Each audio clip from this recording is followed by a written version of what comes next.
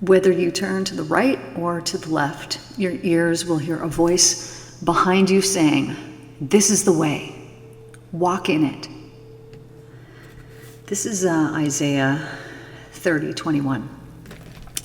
Now, when we're told to do something, when you have that voice inside you that is telling you to go and do something, that might be a weird thing. It'll be something that you wouldn't have normally thought of. And so this thing will pop in your head and you'll be like, what? That's so weird.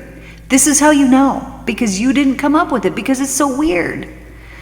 And so when you follow that voice that is telling you, do this thing, even when it makes no logical sense, even when you think, well, if I do that, what's the outcome going to be? Even if it's telling you to do something, you're like, but I don't have another plan. I don't know what to do, When it is telling you, listen, that is the voice. That is the guide that we have our whole entire life. But when we tell it to be quiet, and we do it by ignoring it.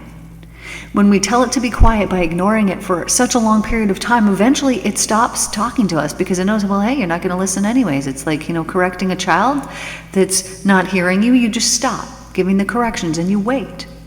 And then at some point that child is going to come back to you and they're going to say, hey, what were you saying? And then at that point, the guidance will come again.